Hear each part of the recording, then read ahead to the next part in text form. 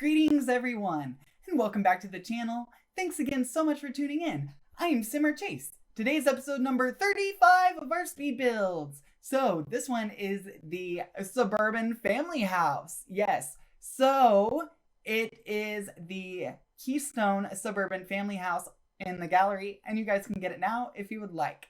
So we have the really big, lofty, super lofty 2-floor entryway that then goes inside to a 2-floor entryway. So we have the porch here, and then inside is very much similar. It's lofty, big, huge, vaulted ceilings. It's so cool. I really like that. And then I can't wait for you guys to see the kitchen that comes together in this. And there's just so much I ended up packing into this house. I think you guys will like it. There is also raised flower beds, this platform entryway on both sides, and just like the really nice funky columns, all that kind of stuff. And then I did stucco, we did brick in the center. I can't wait for you guys to see it. So if you haven't yet, please like and subscribe in the links below. And as always, stay proud. Go out and do something magical. And let's go ahead and dive into this build now. Oops, oh my, we've had an error.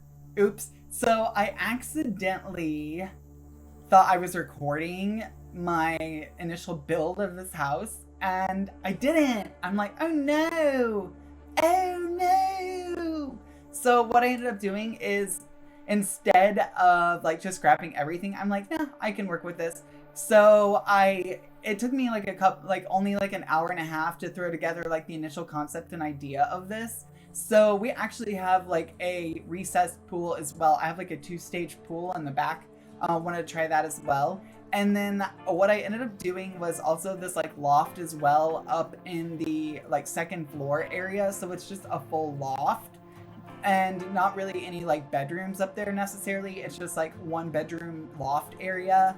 And then there's like a little area for games or that kind of thing as well, which I end up putting a ping-pong table over there and like a little bedroom sort of section on the other side.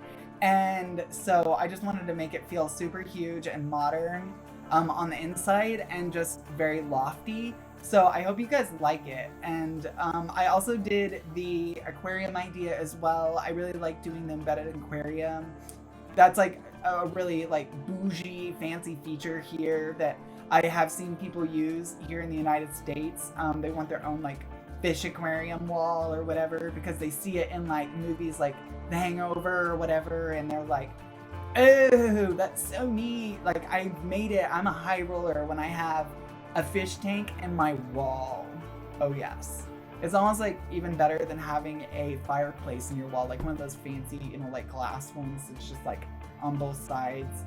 So I spent a lot of time just working on the top here first and getting all of that nailed down, and then I actually go to the bottom and work on that because this was actually more exciting for me because it was something I hadn't done yet.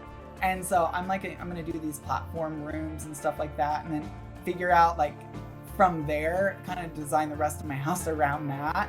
So it ended up coming out really well because then underneath my platform area I was able to build the kitchen and stuff under there. So it's all like just this very like open floor plan concept. And then there's still like the 2 bedrooms in the back as well. So I ended up like thinking about it, and I'm like, shoot, there needs to be like a hallway, I guess. I'm gonna have to waste a couple blocks of space to do a hallway because otherwise I wouldn't have been able to fit any kitchen cabinets in because of all the doorways for the bedrooms, that kind of stuff. I'm like, I just gotta build a little hallway. It'll be fine. It'll be fine. This kitchen will still be plenty big enough. It's not the usual huge, giant, massive, like whole house size kitchens that I build, but this one was definitely fun to kind of like restrain myself a little bit and make it a little smaller than what I usually would. So I'm just kind of pulling together all my pieces now and getting all of my design together.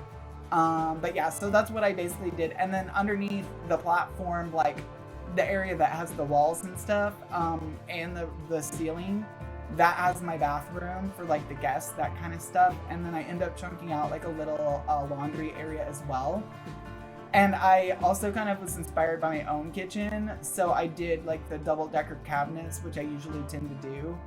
which is why I tend to go with like the taller ceilings of either the medium height or the tall height. because I really like the idea of being able to do the dual layered cabinets over like overhead cabinets, that kind of stuff. So it just feels like more realistic. And then for this, I was like, I'm gonna give them tons and tons of storage too, because I want to start building that more into my houses too, so it gives it more of a lifelike feature. Because I tend to skip closets altogether, and like honestly, I really shouldn't, because that's not really realistic. Everybody needs closets. You've got a ton of stuff. I do. Like every closet I have, like my husband or I've crammed stuff in. And now that we're renovating, like everything got like shoved to the closet to save it or keep it from being like messed up. So now I'm just coming in with some of the elements of like the hominess, you know. So you've got these like fun little elements of like barbecue area with the fun fire pit, coffee table. I wish I had in real life. I love it. I have that sort of thing, but it's in my table that's outside for like eating, my dining table area. So that's something that I wish I kind of had like as a like coffee table thing too. I think it's really cool. And so now I'm just kind of getting all of the backyard like good and together. And you know, I like sectioning off all the like trash, that kind of stuff too. Make sure it's there though, or it'll just pile up on your lot. Which is never fun, because then people get cranky and then things start going south and people get mortified or embarrassed easier, or like it stinks and they're just like ew and they're unhappy. So now I'm using the pergola again. All three of these houses that I've done in this series have had the pergola and sort of the mid-century modern flair and vibe, like, and elements of those like mod sort of styles and that kind of stuff, as I've also heard it called. So now I'm just getting the last of our lighting. I was trying to keep all the landscaping sort of to the scale of the house as well, but also to not make sure that it wasn't gonna like intrude upon any of like the views, or like obscure any of the views, or just make it like where you wouldn't be able to really see the house, or you couldn't see from the house out as well. So I really wanted to make sure that I was like a little more conservative on that kind of stuff. And then we did ground cover. I did a lot of ground cover on this too, which I think sometimes is like a little bit extra, but on this one, since I had already like did a lot of stuff pretty quickly because I just knew how I wanted this house to come together, that I spent a little bit more time on just like, you know, the extra elements, that kind of stuff, because I, you know, was able to kind of speed through it quickly. Like, again, that's what kind of helps when I'm so used to building these really giant creations, that when I'm like expected to go to a lot smaller, then it's like, wow, oh my gosh, like this is coming together a lot quicker than I expected. And this one I thought of like a streamer, like too, somebody that's like just starting out in like graphics design and streaming, like maybe what I could have had, like instead of buying the house I have now, like, you know, but more on top end, like, you know, obviously after you've had some time and money to put into it. But I was just thinking of something that was a little different, you know, again, that I haven't seen in the gallery. And then there's a lot of houses that we have sort of in like what we call the builder grade suburban communities, those you know, cul-de-sac sort of areas, you know, where you just have all the little houses at the end of the cul-de-sac, and then you have these houses and they just look really grand, like mansions, that you get on the inside and you're just like, wow, this has a lot of like vertical space, but like there's not really a lot of like genuine huge space necessarily in a lot of the plans. It's just lofty and very airy and large and open, which is really nice, I think, to have in a plan. So now I'm just coming through, getting the last of our bits here on the like extra bedrooms, getting our little area off to the side, because I really like being able to have that giant wall for art, or like whatever you want to put up there, you know, it's a huge wall open for whatever you want. And that's what I really liked about this plan and idea of just being able to kind of use it as like a way to really focus on art, like creative elements too. So now I'm just getting together with the last little bits of like the design of the bedrooms, the bathrooms, getting the last of the little pieces put together. And then that's when I was like, I need a laundry room. So then that's when I chunked out even the hallway and made it smaller.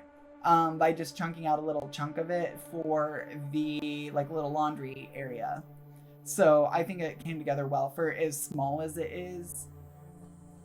But it wasn't like it was obviously like a feature, a laid on feature, like from the build. But I was like, like I wouldn't have probably really wanted to make it much bigger for this one, because a lot of my other rooms and the closets and stuff I just felt like were really more important than having like a giant laundry room in this one. And now I'm just going around and adding a lot more color too, and I love color.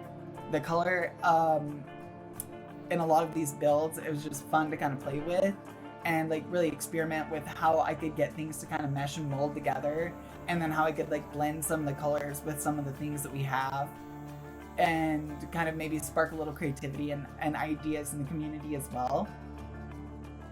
And like, it's a silly thing, but like ever since I can remember, like everywhere I go, like everybody just has like tissues on the back of the toilet. Like there's either like potpourri that's old and dusty, there's an old dusty candle, or with like a doily or something too, something fancy and frilly like that, or there's tissues and that kind of stuff. So it's just funny. And then maybe like, your towel holder or like your little toilet paper holder or whatever you have up there above the toilet. So now I'm going around and doing the final spin on the house. Yes, this was another quick one. Thank you guys so much for tuning in.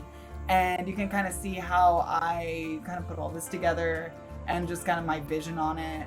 This was me, in like the dark as well, like doing a lot of this, showing you in the dark as well, just so you could see the amount of light and how bright and open it is as well. So thanks again so much for tuning in, and I hope you guys have a great day. Stay proud and go out and do something magical. Happy holidays, and thanks again so much.